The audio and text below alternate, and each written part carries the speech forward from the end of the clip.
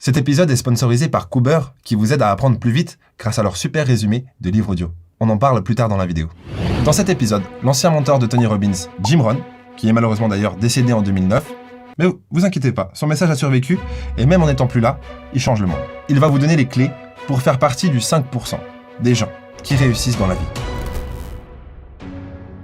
On va parler d'indépendance financière dans un instant. Devinez combien de personnes peuvent prendre leur retraite du revenu de leurs ressources personnelles quand vient le temps de prendre sa retraite. Réponse 5%. Dans le pays le plus indépendant du monde, 95% sont dépendants, 5% sont indépendants. Prenez votre retraite en main.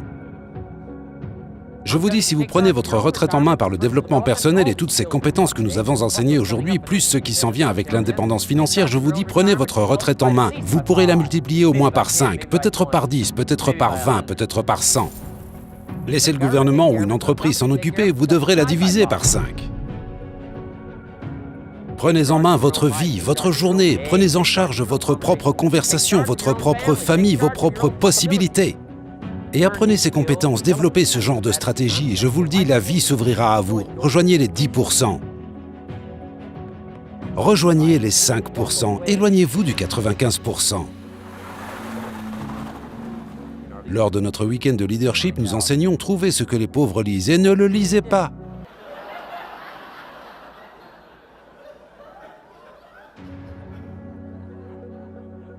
Je vous le dis, ne parlez pas comme ils parlent.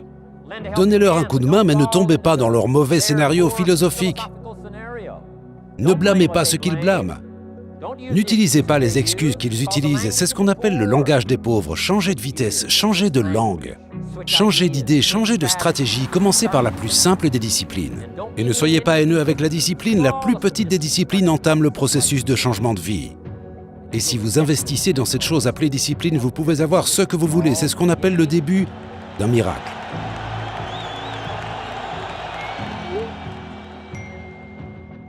Imaginez que dans 5 à 10 ans, on soit frappé par une crise mondiale et que votre capacité à survivre pendant cette crise dépende de ce que vous avez fait aujourd'hui. Par contre, aujourd'hui, vous ne savez pas qu'il y aura une crise mondiale dans 5 à 10 ans. Est-ce que du coup, ça vaudrait la peine, dans ce cas-là, de prendre la responsabilité totale sur votre vie, pour vos finances, vos relations, votre santé et tout le reste, en fait, tous les autres aspects de votre vie? Est-ce que ça vaut la peine de prendre la responsabilité totale là-dessus?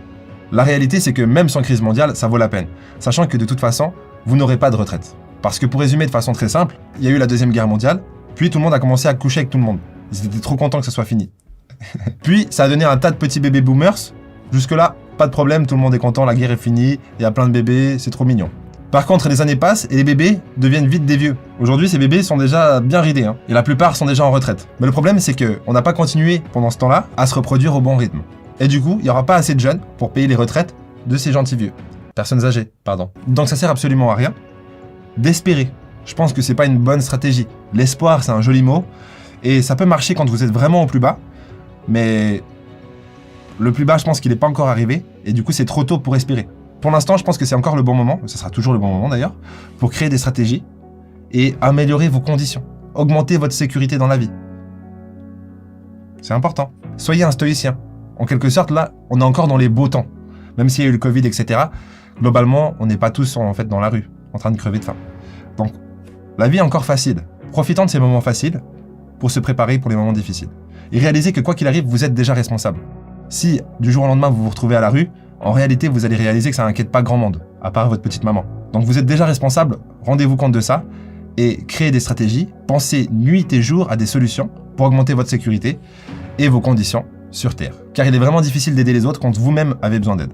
J'ai une bonne question pour vous. Le mieux que vous pouvez faire, c'est tout ce que vous pouvez faire? La réponse est non. Curieusement, si nous nous mettions tous à terre maintenant et que nous faisions tous autant de pompes que nous pouvons, et disons que pour une raison quelconque, vous n'avez pas fait de pompes ces derniers temps, je ne peux pas vous dire pourquoi, mais imaginons. Et disons le mieux que vous pouvez faire, c'est 5. Et vous regardez vers nous et dites « 5, c'est le mieux que je peux faire » et on peut voir à votre visage que c'est probablement vrai. 5, c'est le mieux que vous pouvez faire. Maintenant, est-ce que 5, c'est tout ce que vous pouvez faire? La réponse est non. Si vous vous reposez un peu, vous pouvez en faire 5 de plus. Waouh! Et si vous vous reposez un peu, vous pouvez en faire 5 de plus. Et si vous vous reposez un peu, vous pouvez en faire 15 de plus. Comment est-on passé de 5 à 15? C'est un miracle.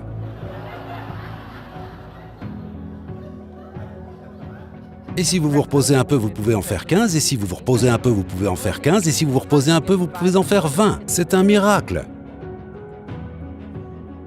Le saviez-vous, vous pouvez continuer comme ça, faites un peu plus, une petite pause, faites un peu plus, une petite pause, et enfin vous arrivez à 50 pompes. Est-ce possible d'aller jusqu'à 50 pompes?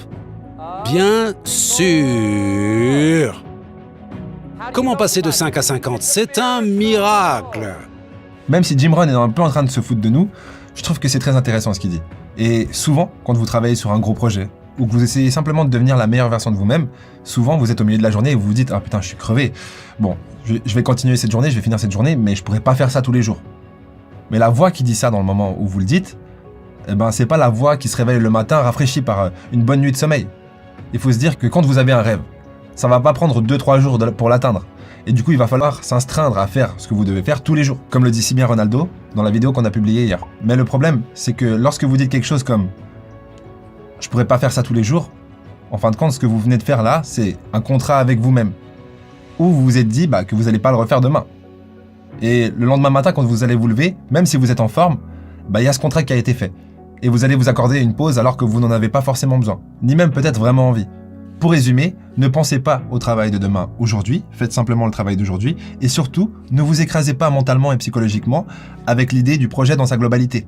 Concentrez-vous vraiment sur ce que vous avez à faire aujourd'hui. Si vous avez un énorme projet, disséquez toutes les étapes nécessaires pour accomplir le projet, puis pensez aux étapes nécessaires à faire aujourd'hui pour avancer sur le projet. Mais ne pensez pas à tout le projet, parce que ça va vous épuiser mentalement, alors que tout ce que vous avez à faire, c'est juste les tâches de la journée. Pas compliqué. Comment faire un miracle? Numéro 1, faites ce que vous pouvez. Ne laissez pas de côté ce que vous pouvez faire pour écrire une lettre à votre mère en Floride. Commencez à mettre de l'ordre pour faire des pompes.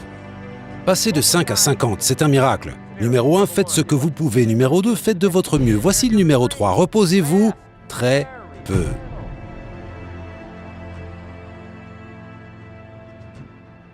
Ne vous reposez pas trop longtemps. Pourquoi? Les mauvaises herbes envahissent le jardin. Les enfants ont compris ça, ils ne se reposent pas trop longtemps.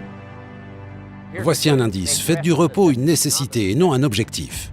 Le but de la vie n'est pas de se reposer, l'objectif de la vie est d'agir. Pensez à plus de discipline, pensez à plus de moyens dans lesquels vous utilisez votre propre sagesse, votre philosophie, votre attitude, votre foi, votre courage, votre engagement, vos désirs, votre excitation. Investissez, investissez, investissez, investissez ça dans la discipline pour que ce ne soit pas gaspillé. La plus petite des disciplines transforme ainsi votre vie.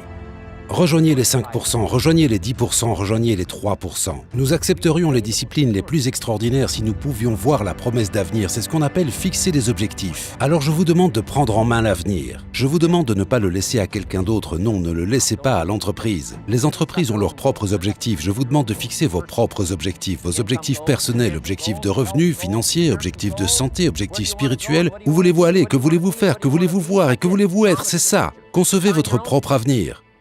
C'est entre vos mains, votre capacité à le faire. Voilà comme c'est simple l'établissement des objectifs, ce n'est pas mystérieux. Pas besoin de vous ancrer, vous concentrer ou visualiser, rien de tout ça. Voilà comment la simple fixation d'un objectif a changé ma vie. Décidez ce que vous voulez et écrivez-le. Je veux dire à quel point ce truc est profond.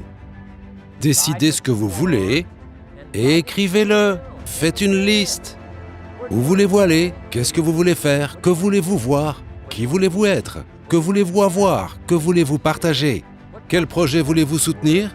Pourquoi voudriez-vous être connu? Quelles compétences aimeriez-vous acquérir? Quelles choses extraordinaires aimeriez-vous faire? Ou des choses ordinaires que vous aimeriez faire? Écrivez ces petites choses stupides que vous aimeriez faire, des choses très importantes que vous aimeriez faire. Décidez tout ça et écrivez-le, écrivez-le, écrivez-le. C'est aussi simple que ça. Gardez votre liste avec vous, je garde ma liste dans mon journal. Pour que je puisse y retourner, il y a 5 ans, voici ma liste et je suis un peu gêné. Voici ce que je pensais qui était si important. Maintenant, comme ma philosophie a changé. Depuis 10 ans, il y a 5 ans, il y a 3 ans, voici mon ancienne liste. Voici ma nouvelle liste. Qu'est-ce qui m'est précieux maintenant? Voici ce que je veux que ma vie soit maintenant. Voici où je veux aller, ce que je veux faire, ce que je veux voir. Gardez votre liste d'objectifs pour qu'elle montre votre croissance, votre capacité à changer, à grandir. Votre philosophie grandit et s'étend. Pourquoi c'est important de fixer des objectifs? Peu importe à quel point c'est petit ou stupide, mettez-le sur votre liste. Si vous faites partie de ces gens qui ne savent pas ce qu'ils veulent, je vous en supplie. Je vous le demande du fond du cœur. Pardonnez-moi mes erreurs. Non, ça c'est une chanson. Prenez 30 minutes par jour pour y réfléchir. Et si ça c'est trop compliqué, prenez 30 minutes par jour pour définir ce que vous pourriez vouloir. Comme ça, au moins, vous vous mouillez pas, parce que dans le fond, si vous écrivez ce que vous voulez, après, il va falloir travailler pour l'avoir. Ça vous met en danger, en fin de compte. Ce serait dangereux de savoir ce que vous voulez vraiment. Hein? C'est pour ça que peut-être que vous savez pas. Alors prenez 30 minutes par jour pour définir et redéfinir. Quand vous savez tout ce que vous voulez, vous continuez à prendre 30 minutes par jour et vous travaillez sur vos idées. Vous affinez ce que vous voulez. Savoir ce que vous voulez, c'est vraiment le premier pas pour l'acquérir. Je vous parle rapidement d'un de mes livres préférés. C'est en tout cas le livre que j'ai le plus écouté en livre audio sur Audible. Et d'ailleurs, Cooper le propose en résumé de livre. Ce livre s'appelle La science de l'enrichissement. L'auteur, c'est personne d'autre que Wallace D. Wattles. Et franchement, ça a changé mes croyances sur l'argent et ma vision de la vie. Et en gros, si vos parents ne sont pas riches et que vous pensez par exemple que tout le monde ne peut pas réussir, c'est le livre qu'il vous faut. Wallace D. Wattles vous aidera à tuer vos croyances limitantes comme ça. Ah non, je plaisante, c'est bon, y a rien. En plus, Cooper vous offre le premier mois d'essai gratuit et 2 mois offerts sur l'abonnement annuel. Le lien est dans la description. D'ailleurs, on a aussi mis le lien du livre complet dans la description. Viens, on est bien dans la description, allez, viens. Maintenant, je vous donne encore un scénario sur les objectifs. Quand j'ai commencé à faire ma première liste, Monsieur Chauffe a dit, Monsieur Ron, on dirait qu'on va être ensemble un moment, alors j'ai une suggestion pour vous. Et il a dit, vous avez toutes les raisons de le faire. Parmi tous les objectifs possibles, pourquoi pas celui de devenir millionnaire? Un millionnaire. C'est l'Amérique. Toutes les possibilités sont disponibles. Pourquoi ne pas se fixer l'objectif de devenir millionnaire? Il a continué, cela semble attrayant. Un millionnaire. Assez de zéros pour impressionner votre comptable? Un millionnaire. Et il a dit, voici pourquoi. Mais alors je pensais, cet homme n'a pas besoin de m'apprendre pourquoi. Je suis en train de penser, ce serait super d'avoir $1 million. Il a dit, non, ce n'est pas ça, voici pourquoi. Et j'ai eu l'une des plus grandes leçons que j'ai jamais apprises et je suis sur le point de la partager avec vous. Cela vaudra le prix d'être ici aujourd'hui. Si vous pouvez saisir ce que je vais partager avec vous ici, la babysitter ou n'importe quoi d'autre que vous avez payé, certains d'entre vous ont raté des ventes aujourd'hui pour être ici. C'est donc une journée coûteuse pour vous. Mais ce que je vais partager avec vous a changé ma vie. Voici ce que Monsieur Chauffe a dit. Visez de devenir millionnaire. Et il dit voici pourquoi. Pour ce que cela fera de toi pour l'accomplir. Et j'ai eu l'un des meilleurs cours en une phrase que j'ai jamais reçu dans ma vie.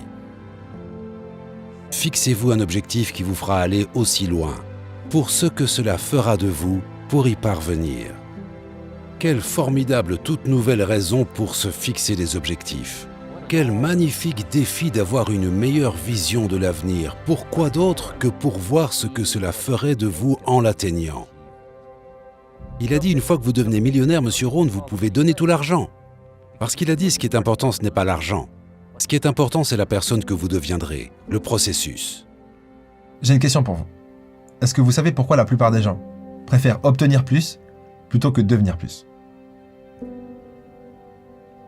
Parce que pour devenir plus, il faut changer. Alors que vous n'avez pas besoin de changer pour obtenir plus. Mais obtenir plus, ça ne vous fait pas être plus. Et lorsque vous avez plus et que vous perdez ce que vous avez en plus, eh ben, d'un coup, vous avez rien en plus. Tandis que si vous faites des efforts dans la vie, vous essayez d'atteindre des objectifs, même si vous échouez, même après l'échec, vous avez quand même l'expérience de tout ce que vous avez fait pour atteindre cette chose ou ne pas réussir à atteindre cette chose. Du coup, vous ne finissez jamais les mains vides quand vous essayez de devenir plus. Parce qu'en essayant, vous devenez plus. Tandis que quand vous essayez d'avoir plus, bah, vous pouvez très bien finir les mains vides. Après, bien sûr, essayez d'avoir plus en devenant plus. Il n'y a pas besoin de rejeter l'idée de la possession. C'est très bien de vouloir posséder plus de choses. Mais ça arrivera forcément si vous êtes le meilleur dans ce que vous faites. Vous n'aurez pas besoin de vous inquiéter pour l'argent si vous êtes peintre et que vous êtes le meilleur peintre. Normalement, ça devrait être bon. Normalement. Quel tout nouveau concept sur la fixation d'objectifs. Maintenant, il y a 2 parties à ceci. Ensuite, nous conclurons les objectifs. Voici la première partie. Maintenant, en ce qui concerne cet objectif de ce que vous allez devenir, numéro 1, ne fixez pas des objectifs trop bas.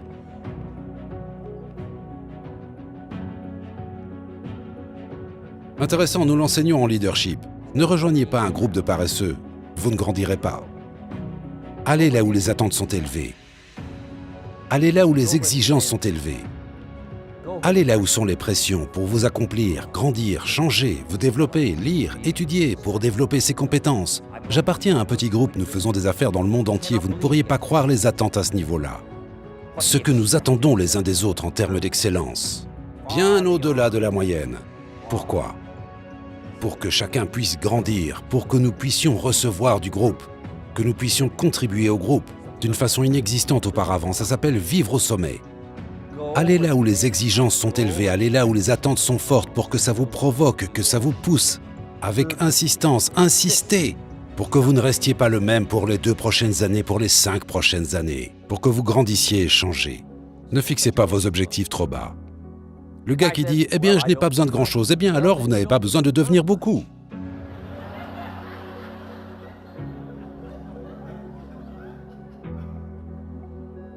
Et la dernière partie sur la définition des objectifs, pas de compromis, ne bradez pas. Phrase clé, la plus grande source de malheur est le malheur de soi. La plus grande source de malheur ne vient pas de l'extérieur. La plus grande source de malheur vient de l'intérieur. Et voici où commence l'érosion, faire un peu moins que ce que vous pouvez faire. C'est là que le début de l'infection du malheur commence. Faire un peu moins que ce que vous pouvez, ne pas se sentir bien dans sa peau. Alors ne laissez pas ça arriver. Ne bradez pas, ne compromettez pas vos valeurs, ne compromettez pas vos vertus, ne compromettez pas votre philosophie. 2 bons mots d'anciens écrits. 1. Regardez, c'est le mot positif. Regardez les possibilités, regardez l'opportunité. Regardez le drame, regardez la génialité, regardez l'unicité. Regardez la majesté, regardez, regardez. Quel beau mot, mais voici l'autre mot. Faites attention, faites attention, faites attention. Ne bradez pas. Notez bien ce que vous devenez à la poursuite de ce que vous voulez, mais je vous inspire pour, espérons-le, fixer le genre d'objectif qui va transformer votre vie, qui vous rendront bien meilleur que vous n'êtes. N'est-ce pas un bon conseil ? C'est de tellement bons conseils, j'aurais dû payer pour entrer, c'est vrai. La vidéo arrive à sa fin, j'espère que vous avez aimé. D'ailleurs, pourquoi pas nous dire dans les commentaires quel est le conseil, la phrase qui vous a le plus marqué dans cette vidéo, pour être sûr de ne pas l'oublier. D'ailleurs, si vous la marquez dans les commentaires, il y a 4 fois plus de chances que vous ne l'oubliez pas. Donc faites-le pas pour nous, faites-le pour vous. Et bien sûr, abonnez-vous, parce qu'on vient de découvrir un truc de malade. Il y a 50,5% des gens qui regardent nos vidéos qui ne sont pas abonnés. Donc ça me surprend, mais c'est une bonne nouvelle. Alors voilà, souscrivez à un abonnement, et au prochain épisode.